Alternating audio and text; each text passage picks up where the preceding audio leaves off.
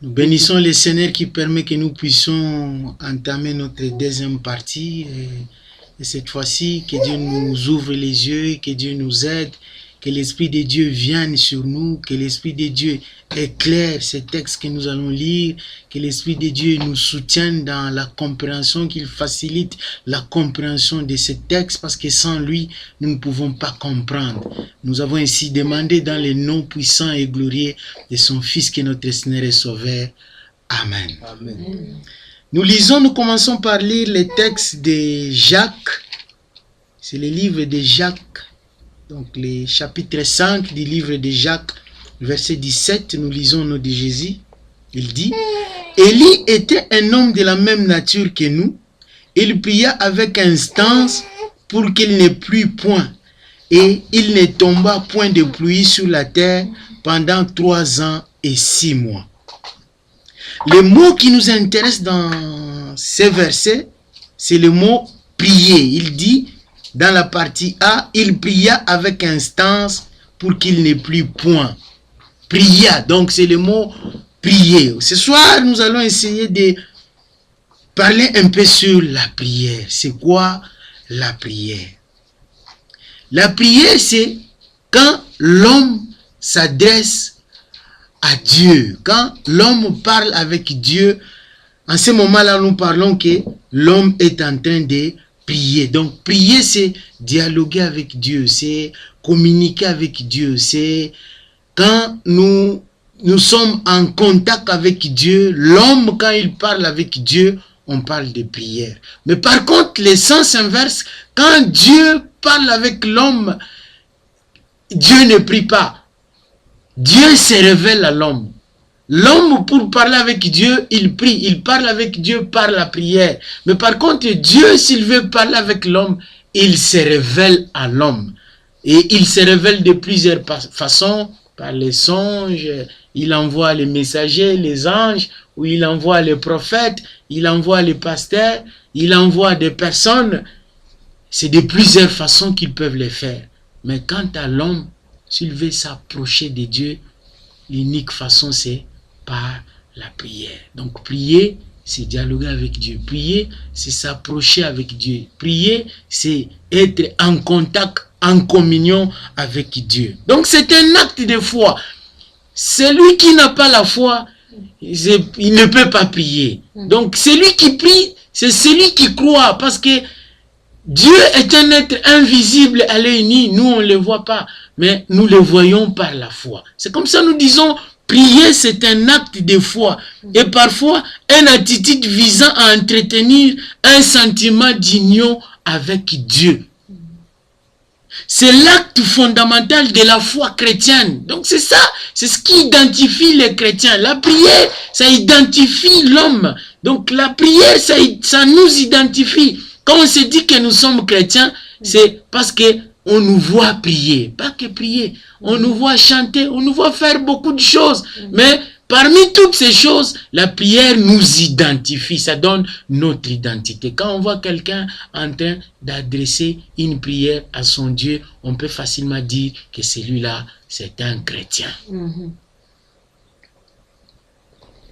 Comme une action de grâce et de communion avec Dieu. Donc la prière, c'est une action de grâce. C'est une action de communion avec Dieu. Quand quelqu'un prie, c'est-à-dire, il rend grâce à Dieu, il est reconnaissant. Par le fait de prier, quelqu'un est reconnaissant envers ce Dieu-là. La reconnaissance.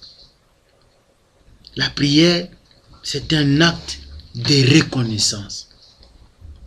C'est un moment de communion d'esprit et de fusion d'esprit entre Dieu et les siens, ses enfants, les chrétiens, les rachetés. C'est un moment de communion d'esprit, les fusions d'esprit entre Dieu et ses enfants. Les pratiques de méditation, de jeûne, de veille peuvent être associées à la prière et aussi la lecture des textes bibliques. Là, par là, nous voulons dire qu'il y a plusieurs façons de prier. Celui qui lit les textes bibliques par la méditation, il prie. Celui qui jeûne, il prie.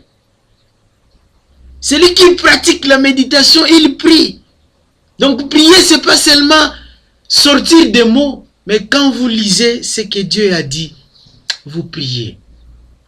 Quand vous lisez la parole de Dieu, ce moment-là, quand vous prenez de lire, de méditer, de rester, d'écouter ce que lui il est en train de ce que vous êtes en train de lire, c'est aussi la prière.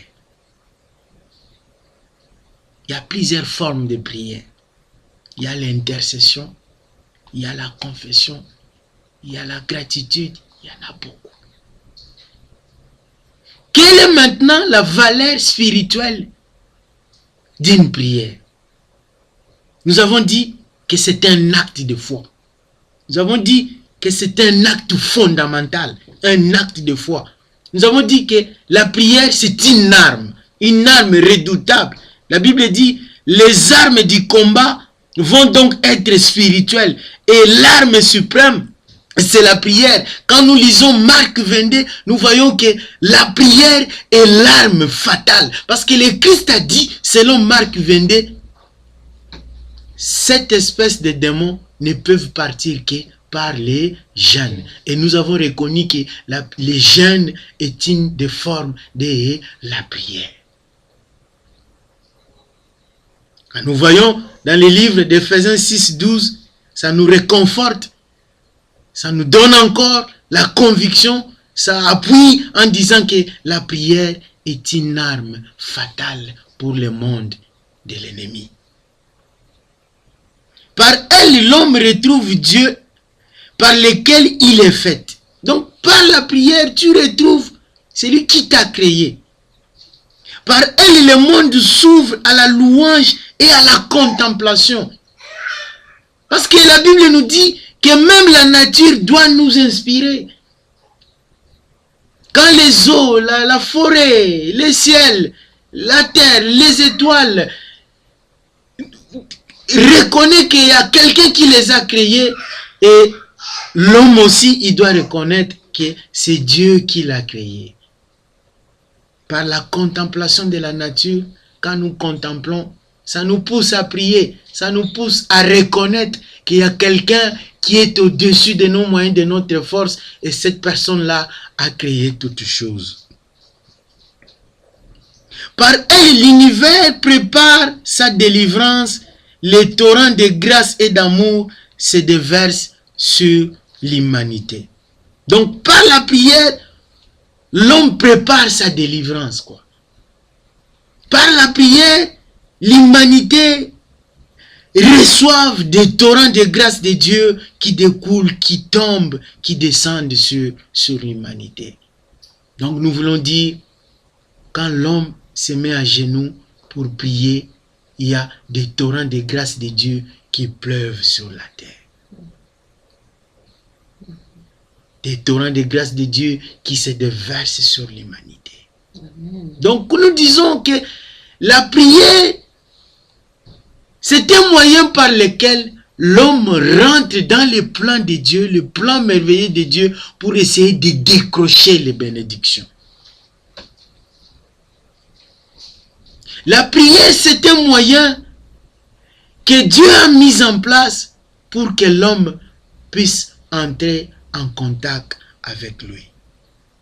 Mais il y a un mot qui apparaît auquel nous ne pouvons pas laisser. Nous avons dit, c'est un moment de communion, de fusion d'esprit. Le mot communion. Donc nous allons maintenant essayer de voir c'est quoi la communion. Le mot communion vient du mot communier. Et du latin communier signifie communicare, c'est-à-dire communiquer. Communier, c'est être très proche de quelqu'un. Quand l'homme est en communion, en effusion d'esprit avec Dieu, c'est-à-dire il est très proche de Dieu.